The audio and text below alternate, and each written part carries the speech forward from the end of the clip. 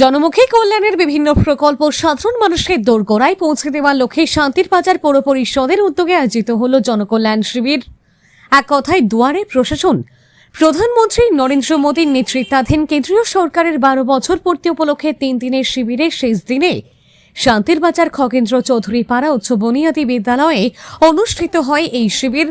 কিভাবে সাধারণ মানুষ এই প্রকল্পগুলির সুযোগ গ্রহণ করতে পারবেন এবং এখন পর্যন্ত কতটুকু বাস্তবায়ন হয়েছে, পৌর পরিষদ ও মহকুমা প্রশাসনের পক্ষ থেকে প্রধানমন্ত্রী আরোগ্য যোজনা, ম্যারেজ সার্টিফিকেট সহ শিবিরে এসে আবেদন ও তথ্য সংগ্রহের সুযোগ পান।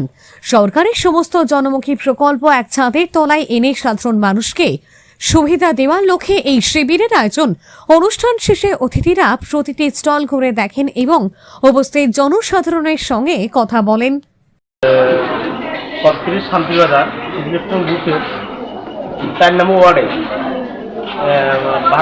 ভারতের প্রধানমন্ত্রী নরেন্দ্র মোদী সরকারের 12 বছর পূর্তি উপলক্ষে শান্তিবাজার পৌর পরিষদের অন্তর্গত কেসিপাড়া হাই স্কুলে শান্তিবাজার মহকুমা ভিত্তিক জনকল্যাণকর শিবির বসে।